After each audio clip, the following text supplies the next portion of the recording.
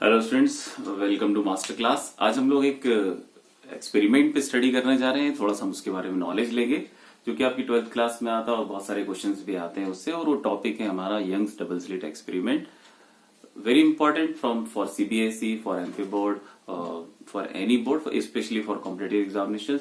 ना, this topic is very much important.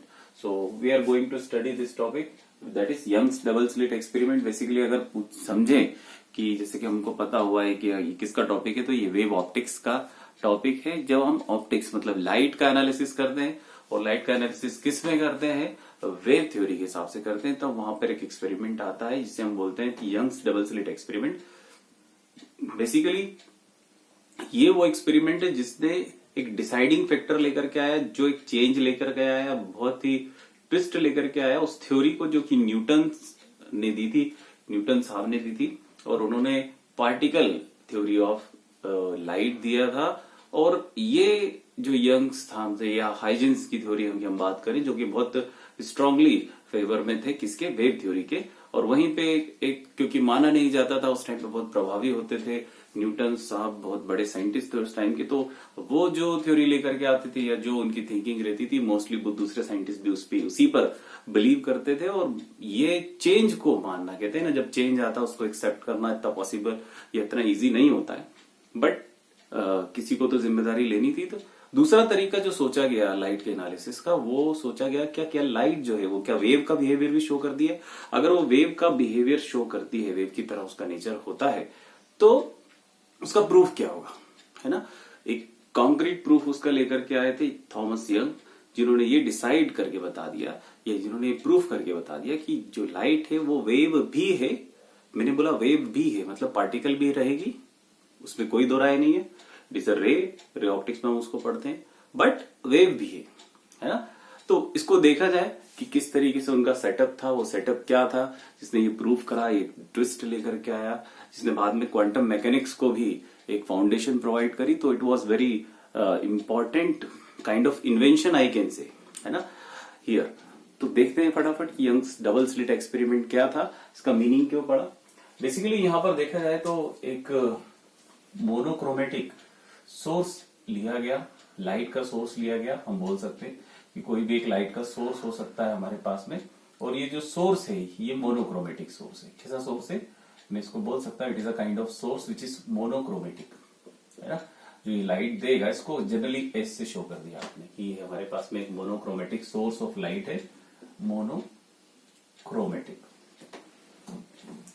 Monochromatic source of light क्या होता है। मोनोक्रोमेटिक सोर्स जो सिंगल कलर्ड की होती है, हम यहाँ पे मोनोक्रोमेटिक को समझेगा तो सिंगल कलर्ड जो लाइट होगी वो मोनोक्रोमेटिक लाइट होगी, है ना।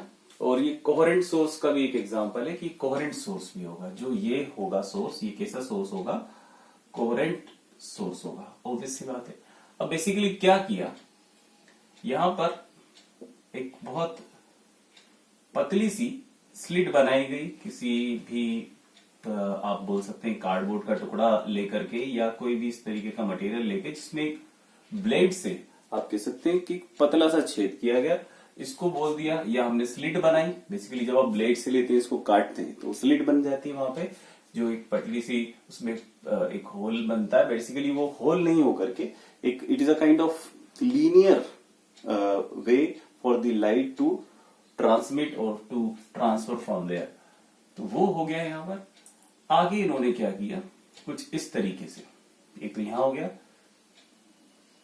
दो स्लिट रखी, this is S1, this is S2, okay. और आगे लेकर के इन्होंने एक स्क्रीन रखी। स्क्रीन कैसी हो सकती, तो screen was like of white colour. Screen जो थी आप बोल सकते हो कि मे बी व्हाइट और डार्क भी हो सकती है, वो, है ना। इस तरह की उन्होंने एक स्क्रीन ली और क्या देखा उन्होंने, वो उनकी थ्योरी क्या थी, उनकी बिलीवनेस क्या थी कि लाइट एक वेव है। लाइट क्या है, एक वेव। तो उसी को वो लोग वो लेकर के चले, और उन्होंने देखा कि अगर सपोज कीजिए कि यहां से ये लाइट जब जा रही है ना, बेसिकली वो यहां से आई होगी क्योंकि आपके पास में सोर्स है, कोहेरेंट सोर्स। तो वही उसी सिंगल से एक वेव क्रिएट करी गई। आप इसको अज्यूम कर सकते हैं कि यहां से वेव्स क्रिएट हुई, वेव ट्रेवल करना चालू कर दी। जब ये वेव्स ट्रेवल करना चालू कर दी तो ये जब यहां पर चले जाएंगे, क्योंकि हम जानते हैं कि हाइजेंस जो का जो प्रिंसिपल है ना, सेकेंडरी वेवलेट्स का, उसके अकॉर्डिंग क्या होगा कि हर जो पार्टिकल है लोकस पे किसी भी वेव की, क्या वो सेकेंडरी वेव जनरेट करता है? अगर वो करता है तो यहां पर इन दो स्लिट्स के थ्रू जो वेव्स जाएंगी they will be automatically become the source of wave. क्या वो ऑटोमेटिकली वो भी एक सोर्स ऑफ एनर्जी बन जाएंगी, या सोर्स ऑफ वेव बन जाएगी, जो कि ट्रेवल करना स्टार्ट करेगी कुछ इस तरीके से। हाँ, कुछ इस तरीके से वो दिखाई देंगी हमें कि हाँ वो ट्रेवल करेंगी। ये उनकी बिलीवनेस थी कि उसको इस तरीके से ट्रेवल करना चाहिए। किसे किसे वेव को। तो इसे आप ड्रॉ करते चले जाइए, बिल्कुल आगे से भी कुछ इस तरीके से कर। It is a typical way to draw, somewhere it is typical. करते चले गए और चले जाइए भी, क्योंकि वेव्स तो चल रही है बिल्कुल। तो इस तरीके से आप जब इसको ड्रॉ करते हुए निकल जाएंगे तो उन्होंने क्या देखा, बेसिकली क्या देखने को मिला? उन्होंने देखा कि कहीं कहीं पे जो वेव्स हैं वो क्या कर रही हैं, आगे और निकल जाएंगे जब, तो इस तरीके से यहां पे इंटरफियरेंस हो रहा है। क्या हो रहा है यहां पे? उन्होंने देखा, या उन्होंने बेसिकली वेव्स तो दिखेंगी नहीं, it is a kind of theory, है ना, but a kind of spectrum he has got on the screen. On the basis of that spectrum, he decided or he analyzed that there must be a kind of interference between the two waves of the two coherent sources, that is S1 and S2. मतलब कि उन्होंने देखा कि यहां पर उन्हें क्या मिल रहा था, एक पैटर्न मिल रहा था, ब्राइट और डार्क। कैसा पैटर्न मिल रहा था? ब्राइट और dark. Suppose this is white, this is dark, और जो सेंटर में है, मतलब यहां से जो सेंटर होना चाहिए वहां पर इनको एक बहुत चेंज चीज मिली। वो क्या मिली कि यहां पर भी एक व्हाइट पैटर्न मिला।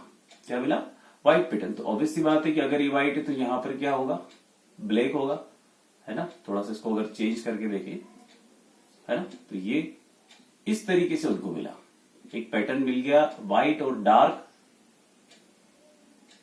बेंड्स का। और इन बेंड्स को क्या बोला जाता है? इन बेंड्स को बोला जाता है फ्रिंज। सपोज कीजिए दे आर इक्वल, है ना। तो इन बेंड्स को, जो कि आपके पास में ब्राइट है, डार्क है, और या फिर मैं बोलूं कि अगर मेरे पास में ब्राइट है तो it must be dark over here, यहाँ पे डार्क होना चाहिए था। ओके, तो यहाँ पे हमने डार्क ड्रॉ कर सकते हैं बिल्कुल कि सर ये जो है ये डार्क हो जाएगा इसके बाद वाला, है ना। अगर ये ब्राइट है तो ये डार्क हो गया, ब्राइट, और फिर यहां पे भी ये ब्राइट है तो ये डार्क, इससे इस तरीके का कंटिन्यूस पैटर्न उनको दिखाई दिया। क्या मेरी बात क्लियर हो रही? ये हो गया ब्राइट, ये डार्क, और फिर अगेन यहां पर आएगा ब्राइट, और फिर यहां पे आ सकता है पूरा एक डार्क। इस तरीके से पूरा उन्हें देखने को मिला कि बेंड उनको कंटिन्यूसली मिल रहा है स्क्रीन पर।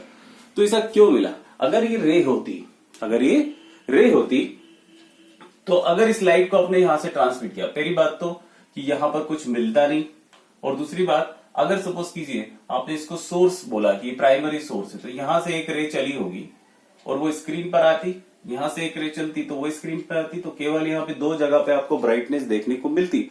बट ऐसा नहीं हुआ। यहाँ पर क्या हुआ? A number of bright and dark bands he got on the screen. और फिर उन्होंने ये थ्योरी लगाई कि अगर ऐसा हो रहा है, जो कि नहीं होना चाहिए था, अगर रे ऑप्टिक्स हम लोग मान के चलते कि लाइट एक पार्टिकल है, लाइट एक रे है, तो यहाँ पे केवल हमें एक फिक्स रीजन में ही लाइट मिलनी चाहिए थी, ब्राइटनेस मिलनी चाहिए थी, जो कि नहीं मिली। और क्या मिला कि पूरी स्क्रीन पर आपको ब्राइट और डार्क क्या मिले? बेंड्स मिले। इन बेंड्स को हम बोलते हैं फ्रिंज। क्या बोलते हैं इनको? फ्रिंज।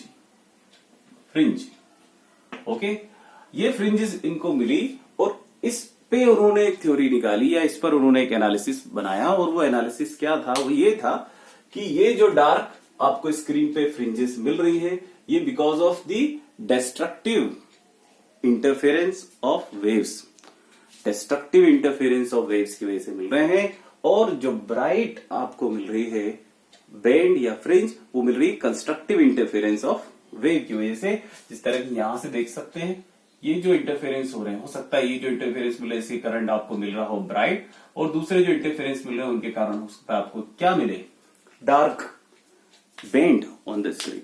तो ये जो थ्योरी है, इस थ्योरी के बेसिस पे उन्होंने प्रूफ करके बताया और दूसरों को दिखाया भी कि लाइट जो है वो रे नहीं है बल्कि वेव भी है। क्या मेरी बात क्लियर हुई?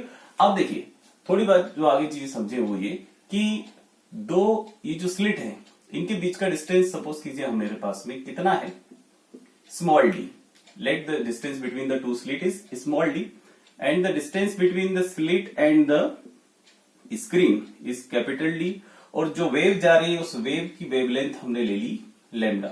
तो एक फैक्टर निकल के आता है, एक कांस्टेंट निकल के आता है जिसको हम बोलते हैं, it is not a constant, it is a kind of width, जिसको हमने फ्रिंज विड्थ बोला। क्या बोला इसको?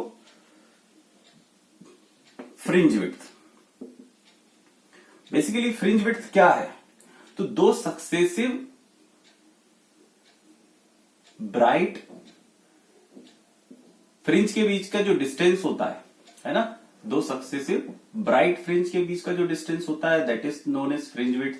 भाई दो सक्सेसिव, आपके पास में दो सक्सेसिव ब्राइट हो गई, तो सक्सेसिव ब्राइट फ्रिंज, उनके बीच का जो डिस्टेंस होता है वो फ्रिंज विड्थ कहलाता है, और हम इसे बीटा से शो करते हैं। या फिर दो सक्सेसिव डार्क फ्रिंज के बीच में जो डिफरेंस होता है वो क्या कहलाता है, हमारा फ्रिंज विड्थ कहलाता है। या तो सक्सेसिव ब्राइट आपके पास में बैंड्स के बीच का डिस्टेंस होता है वो क्या कहलाएगा, वो फ्रिंज विड्थ कहलाएगा। या डार्क, दो सक्सेसिव डार्क फ्रिंजेस के बीच का डिस्टेंस, तो सक्सेसिव होना चाहिए, या तो ब्राइट हो या फिर डार्क हो, उनके बीच का जो डिस्टेंस होता है वो क्या कहलाता है, फ्रिंज विड्थ कहलाता है। जिसे हम बीटा से शो करते हैं। किससे शो करते हैं? बीटा। और इसका फॉर्मूला होता है lambda D upon capital D. It is a kind of derivation that we will do in the next lecture.